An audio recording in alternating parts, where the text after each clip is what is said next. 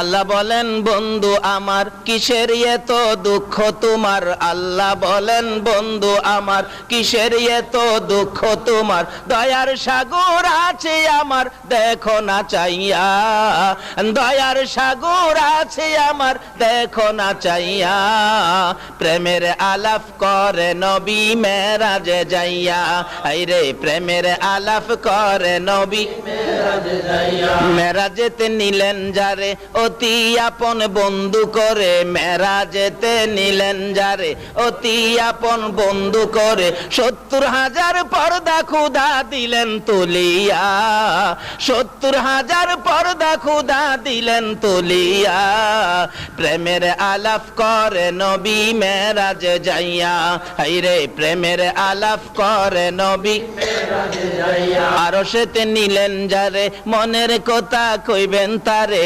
আরশেতে নিলেন যারে মনের কথা কইবেন তারে, জান্নাতেরই চাবি দিলেন তাকে বুঝাইয়া, জান্নাতেরই চাবি দিলেন তাকে বুঝাইয়া, প্রেমের আলাপ করে নবী মেরাজে যাইয়া, হাইরে প্রেমের আলাপ করে নবী মেরাজে। আমার আল্লাহ বলেন আরে জিবরাইল আমার বন্ধুর সাথে গোপন আলাপ হবে। আল্লাহু আকবার করুন।